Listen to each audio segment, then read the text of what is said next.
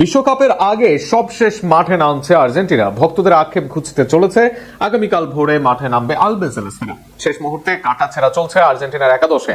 একাধিক খেলোয়াড় পেতে পারেন সুযোগ, হতে পারে পরীক্ষা নিরীক্ষা। সব মিলিয়ে আগামীকাল কেমন একাদশ নিয়ে মাঠে নামতে পারে আর্জেন্টিনা, তা নিয়ে থাকছে প্রতিবেদন।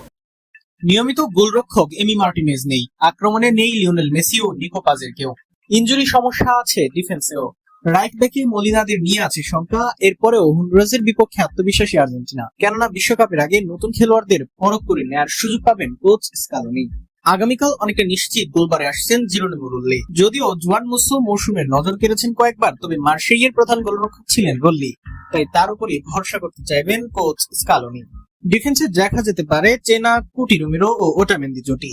এখনো নিশ্চিত নয় লিজান্ড্রো মার্টিনেজের দলে থাকা, আবার অনুশীলনে ইনজুরিতে পড়েছেন বালের্দি। ফলে এই দুই অভিজ্ঞ সেন্টার ব্যাককে দিয়েই আগামীকাল শুরু হতে পারে আর্জেন্টিনা দল। লেফট ব্যাকে অভিজ্ঞ নিকোলাস তাগলিয়াফিকো থাকবেন, তবে রাইট ব্যাকে অভিষেক হতে পারে কাপালদোর।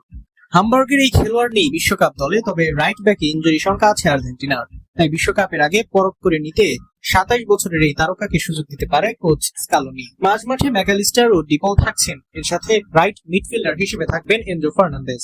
তার সাথে 4-4-2 ফরমেশনে উইং এ রাখবেন কোচ স্কালোনি। সেক্ষেত্রে জিওভানি সিমিওনিকে দেখা যেতে পারে সেখানে। 4-4-2 নিয়ে মাঝমাঠে দখল করে নিতে চাইবে আর্জেন্টিনা দল। আবার এনজোর লেফট রান বা ম্যাকালিস্টারের দূরপাল্লার শট ভাঙতে পারে হন্ডুরাসের জমাটবদ্ধ ডিফেন্স। যেহেতু মেসি বা পাজের কেউ নেই, সেই ক্ষেত্রে আক্রমণে দুই স্ট্রাইকার নিয়েই সাজাতে চাইবেন তিনি, কেননা চান মিডের উপস্থিতিতে যথেষ্ট আক্রমণ তৈরির পরিকল্পনা থাকবে স্কালোনির। আর সেখানে আলভারেজ ও লাউতারো মার্টিনেজ একই সাথে আসবেন একাদশে। গোল করার প্রধান দায়িত্ব থাকবে তাদের। আলভারেজ নিচে নেমে দলের বল যোগান দিতে পারেন, তবে গোল পুচারের দায়িত্বে থাকবে লাউতারো মার্টিনেজের উপর। যদিও আলভারেজের মৌসুমের পারফরমেন্স তাকেও এনে দেয় স্পটলাইট।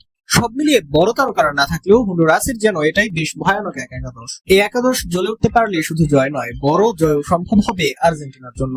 এবার দেখা যাক আগামীকাল বর্তমান বিশ্ব চ্যাম্পিয়নরা ভক্তদের সেই আশা পূরণ করতে পারে কিনা।